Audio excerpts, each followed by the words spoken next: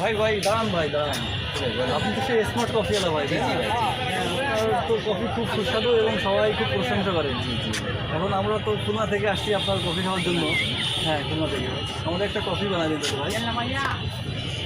আপনি তো কফির উপর আবার নামও লেখেন, তাই না? আমরা যেহেতু খুলনা থেকে আসছি, অবশ্যই আমার খুলনা জেলার নামটা লিখে দেবেন কিন্তু ভাই। চিনি কেমন খান?